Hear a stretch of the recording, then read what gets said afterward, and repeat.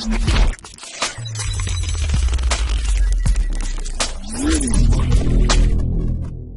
दोस्तों, मैं हूं अपूर्व और ये हमारा नेक्स्ट ट्यूटोरियल। और इस ट्यूटोरियल में दोस्तों हम सीखेंगे अबाउट स्ट्रक्चर असाइनमेंट्स। तो दोस्तों, इसके पहले कि मैं आपको स्ट्रक्चर असाइनमेंट्स बताऊं, दोस्तों मैं आपको इस ट्यूटोरियल में एक थोड़े से और नए तरीके बताऊंगा अबाउट इनिशियलाइजिंग स्ट्रक्चर एलिमेंट्स। तो दोस्तों, जैसा कि हमने अपने पिछले ट्यूटोरियल में देखा था, हमने एक स्ट्रक्चर स्टूडेंट नाम का कंस्ट्रक्ट किया था जिसमें स्ट्रक्चर एलिमेंट्स थे। नेम जो कि कैरेक्टर टाइप का था, एज जो कि इंटीजर टाइप का था और रोल जो कि अगेन इंटीजर टाइप का था। और फिर हमने उसका एक ऑब्जेक्ट क्रिएट किया था या एक स्ट्रक्चर वेरिएबल क्रिएट किया था ए नाम का, और उसी ऑब्जेक्ट या स्ट्रक्चर वेरिएबल के साथ डॉट ऑपरेटर के इस्तेमाल से हमने उसमें स्ट्रक्चर एलिमेंट्स में वैल्यूज इनपुट करवाई थी, जैसे कि A dot name, A dot age और ए डॉट रोल नंबर। दोस्तों, एक और तरीका होता है स्ट्रक्चर वेरिएबल या स्ट्रक्चर के ऑब्जेक्ट को क्रिएट करने का। यहाँ पे आप देख सकते हैं कि हमने फिलहाल जब ऑब्जेक्ट क्रिएट किया था स्ट्रक्चर का जिसका नाम स्टूडेंट था, वो मेन के अंदर हमने डिफाइन किया था। इसे दोस्तों कहते हैं लोकल डिक्लेरेशन। जैसे कि दोस्तों फंक्शन में होता है ग्लोबल डिक्लेरेशन और लोकल डिक्लेरेशन, इसी तरह स्ट्रक्चर में भी हम उसके ऑब्जेक्ट्स को लोकली डिफाइन कर सकते हैं या ग्लोबली भी डिफाइन कर सकते हैं। तो दोस्तों, मैं आपको पहले तो बताता हूं कि स्ट्रक्चर के ऑब्जेक्ट को ग्लोबली कैसे डिफाइन करते हैं। उसके लिए दोस्तों मैं कुछ नहीं करता हूं, यहां से मैं इसको रिमूव कर देता हूं जहां पे मैंने स्ट्रक्चर का ऑब्जेक्ट या स्ट्रक्चर का वेरिएबल डिफाइन किया था, और उसकी जगह मैं दोस्तों उसको यहां लिख देता हूं। आप देख सकते हैं मैं पूरा सेंटेंस यहां नहीं लिखता हूं, स्टूडेंट स्पेस ए नहीं, मैं सिर्फ ऑब्जेक्ट का नाम लिखता हूं यहां जहां पे स्ट्रक्चर के कर्ली ब्रैकेट्स खत्म होते हैं just before the semicolon sign. आप देख सकते हैं यहाँ पे मैंने लिख दिया है ए। इस तरह से दोस्तों इसका ऑब्जेक्ट ग्लोबली डिफाइन हो जाएगा, और ये मेन फंक्शन के अलावा दूसरे फंक्शंस भी जो हम क्रिएट करेंगे, अगर वो भी स्ट्रक्चर के ऑब्जेक्ट को यूज करना चाहते हैं तो वो भी उसे यूज कर पाएंगे। सिर्फ मेन ही नहीं, अगर मेन के अलावा दूसरे फंक्शंस हैं तो वो भी उसको यूज कर पाएंगे। तो दोस्तों, आपने देखा कि कितना आसान है, हमको सिर्फ कर्ली ब्रैकेट के बाहर सेमीकोलन के पहले उस ऑब्जेक्ट का नाम लिखना पड़ता है। तो आइए दोस्तों हम इसको रन करके देखते हैं।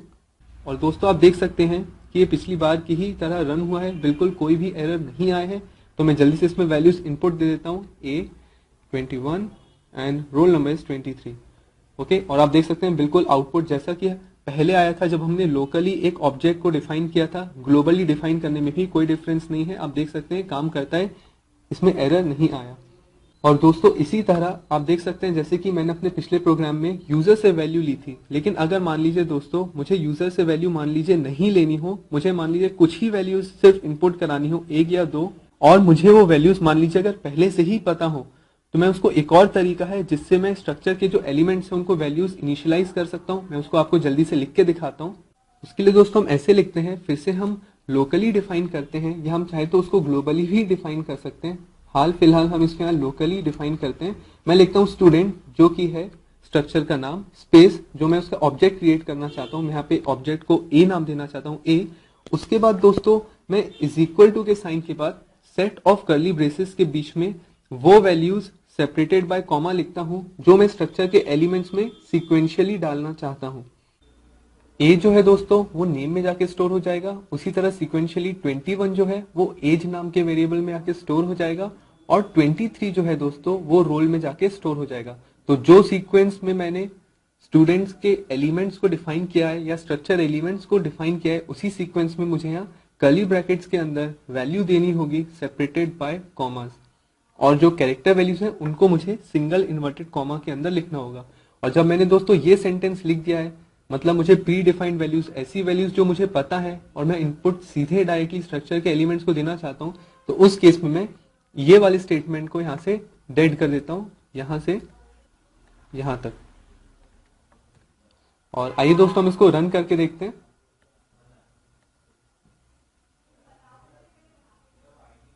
और आप दोस्तों देख सकते हैं कि ये पिछली बार की तरह ही रन हो गया है। इस बार उसने इनपुट नहीं मांगा यूजर से, क्योंकि मैंने इनपुट वाली लाइन डेड कर दी थी। मुझे पता था कि मुझे यही वैल्यूज एज एन इनपुट देनी थी, तो मैंने यहाँ पे उसको इस तरीके से दिया, और आप देख सकते हैं कि दोस्तों आउटपुट पिछली बार की तरह ही आ चुका है। तो दोस्तों ये तो बात हुई कि हम स्ट्रक्चर के एलिमेंट्स को अलग अलग तरह से कैसे इनिशियलाइज कर सकते हैं। अब दोस्तों हम सीखते हैं कि स्ट्रक्चर असाइनमेंट्स क्या होते हैं। दोस्तों मान लीजिए कि अगर मैं स्ट्रक्चर के एक से ज्यादा ऑब्जेक्ट क्रिएट करूं, मान लीजिए स्ट्रक्चर के मैं दो ऑब्जेक्ट क्रिएट करूं, ए और बी, इस तरह से स्टूडेंट ए कॉमा बी। तो इस तरह से दोस्तों दो ऑब्जेक्ट क्रिएट होंगे। ऐसा लिखने से दोस्तों मेरे पास दो कंटेनर आ जाते हैं, ए और बी दोनों ही स्टूडेंट टाइप के हैं, और हर कंटेनर चाहे वो ए का हो या बी का हो उसमें क्षमता होती है, उसमें कैपेबिलिटी होती है तीन वेरिएबल्स की वैल्यू स्टोर कराने की, जो कि स्ट्रक्चर में डिफाइंड है। नेम जो कि कैरेक्टर टाइप की है, एज और रोल नंबर। तो दोस्तों यहाँ पे आपने देख सकते हैं मेरे प्रोग्राम में मैंने जो इनपुट लिया है वो सिर्फ ए के कंटेनर या ए ऑब्जेक्ट के लिए लिया है। दोस्तों ये जो तीन वैल्यूज हैं ये ए ऑब्जेक्ट में जाके स्टोर होंगी, और मान लीजिए अगर मुझे यही वैल्यूज बी के कंटेनर या बी ऑब्जेक्ट को भी देनी है तो मुझे कुछ नहीं करना होगा, मुझे सिर्फ ये करना होगा कि मुझे लिखना होगा b इज इक्वल टू ए। इससे दोस्तों जितनी भी ए ऑब्जेक्ट की जो तीन वैल्यूज है नेम, एज और रोल की, वो पास हो जाएंगी बी ऑब्जेक्ट को, और बी के जो तीन एलिमेंट्स हैं बी ऑब्जेक्ट के, नेम, एज और रोल, उनमें भी ये तीनों वैल्यूज आ जाएंगी। दोस्तों इसमें इंपॉर्टेंट ध्यान रखने वाली बात यह है कि असाइनमेंट उन्हीं दो ऑब्जेक्ट के बीच में काम करता है जो सेम स्ट्रक्चर के हैं। जैसे ए भी स्टूडेंट टाइप का है और बी भी स्टूडेंट टाइप का है, ए और बी दोनों एक ही स्ट्रक्चर के ऑब्जेक्ट्स हैं जिसका नाम है स्टूडेंट। तो इसलिए इन दोनों के बीच में असाइनमेंट पॉसिबल है। अगर मान लीजिए एक स्टूडेंट नाम का स्ट्रक्चर होता और दूसरा टीचर नाम का स्ट्रक्चर होता, और मैं स्टूडेंट का ऑब्जेक्ट क्रिएट करता ए और टीचर नाम के स्ट्रक्चर का ऑब्जेक्ट क्रिएट करता बी, तो दोस्तों ये पॉसिबल नहीं है। उस time A is equal to B ये वाला जो कोड है ये एरर जनरेट कर देता।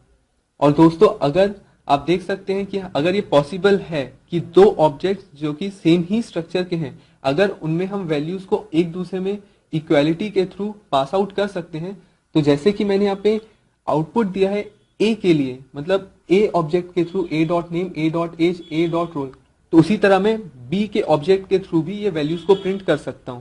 तो दोस्तों मैं थोड़ी सी और लाइंस ऐड करता हूं।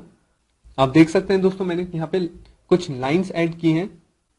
मैंने यहाँ पे ऐड किया है दोस्तों, जो ऊपर की तीन लाइन थी सेम उन्हीं को मैंने यहाँ नीचे भी लिख दिया, लेकिन इस बार मैंने लिखा है B dot name, B dot age और बी डॉट रोल। अब दोस्तों हमारे इस प्रोग्राम में आप ध्यान से देखें मैंने क्या किया है, मैंने दो स्ट्रक्चर के ऑब्जेक्ट्स या वेरिएबल क्रिएट किए हैं ए और बी, लेकिन जो इनपुट है मैंने सिर्फ ए ऑब्जेक्ट के थ्रू लिया है। मतलब ए ऑब्जेक्ट के जो तीन एलिमेंट्स हैं नेम, एज और रोल, उनमें वैल्यूज गई हैं। फिर मैंने इक्वालिटी साइन के थ्रू या असाइनमेंट के थ्रू मैंने वही वैल्यूज बी को पास कर दी हैं। और जब मैंने आउटपुट दिया है तो मैंने ए का भी दिया है और बी का भी दिया है, क्योंकि अगर ये स्टेटमेंट करेक्ट है दोस्तों तो फिर मेरी सारी वैल्यूज जो हैं वो पास आउट हो जानी चाहिए बी को। आइए दोस्तों हम इसको एग्जीक्यूट करके देखते हैं। यहाँ पे फिर से डालता हूं ए, एज में डालता हूं दोस्तों मैं 21 एंड 23, और आप देख सकते हैं दोस्तों सेम आउटपुट दो बार प्रिंट हुआ है। लेकिन इसमें ध्यान देने वाली बात यह है कि जो ऊपर की तीन लाइनें हैं ये ए ऑब्जेक्ट के कारण प्रिंट हुई है, और जो बाकी नीचे की अगेन जो तीन लाइनें हैं ये बी ऑब्जेक्ट के थ्रू हमने आउटपुट लिया है, लेकिन सेम वैल्यूज प्रिंट हुई है। दिस मीन्स कि हमारी जो ये वाली लाइन है असाइनमेंट की, कि हम दो ऑब्जेक्ट्स को आपस में असाइन करके वैल्यूज उनमें एक्सचेंज करवा रहे हैं, ये बिल्कुल सही स्टेटमेंट है। इसमें दोस्तों एक और ध्यान देने वाली बात यह है कि मान लीजिए मैंने एक स्ट्रक्चर क्रिएट किया स्टूडेंट नाम का, लेकिन एक और स्ट्रक्चर क्रिएट किया बिल्कुल इसी की तरह का बट डिफरेंट नेम, मान लीजिए टीचर। देख सकते हैं आप दोस्तों कि दो स्ट्रक्चर हैं जिनके स्ट्रक्चर एलिमेंट बिल्कुल एग्जैक्टली सेम है, बस स्ट्रक्चर का नाम अलग है। मतलब ये दो सेपरेट स्ट्रक्चर्स हैं। और मान लीजिए मैं यहाँ पे मेन के अंदर एक क्रिएट करता हूँ ऑब्जेक्ट स्ट्रक्चर स्टूडेंट का और दूसरा क्रिएट करता हूँ स्ट्रक्चर टीचर का, और उसके बाद भले ही दोस्तों दोनों स्ट्रक्चर बिल्कुल दिखने में सेम है और उनके स्ट्रक्चर एलिमेंट्स भी सेम है, लेकिन दोस्तों अगर मैं ऐसा करता हूं कि दो सेपरेट स्ट्रक्चर्स के दो सेपरेट ऑब्जेक्ट्स क्रिएट करता हूं और उसके बाद उनमें वैल्यूज आपस में असाइन करवाने की कोशिश करता हूं, या एक ऑब्जेक्ट की वैल्यू दूसरे ऑब्जेक्ट में ट्रांसफर करने की कोशिश करूंगा, तो दोस्तों इस केस में वो नहीं होगा। आइए हम इसको एग्जीक्यूट करके देखते हैं। और आप देख सकते हैं दोस्तों कि एक एरर जनरेट हो गया है। अगर आप देख पा रहे हैं कि नहीं आप यहाँ पे पढ़ सकते हैं, no match for operator in b is equal to a. इस तरह दोस्तों आपने देखा कि अगर हम स्ट्रक्चर्स में असाइनमेंट कराना चाहते हैं तो उसमें हमको किन बातों का ध्यान रखना पड़ेगा और हम स्ट्रक्चर का असाइनमेंट किस तरह से करवा सकते हैं। तो होप दोस्तों आपको मेरे इस ट्यूटोरियल में बहुत कुछ सीखने को मिला होगा। तो जुड़े रहिए मेरे ट्यूटोरियल से। Thanks a lot.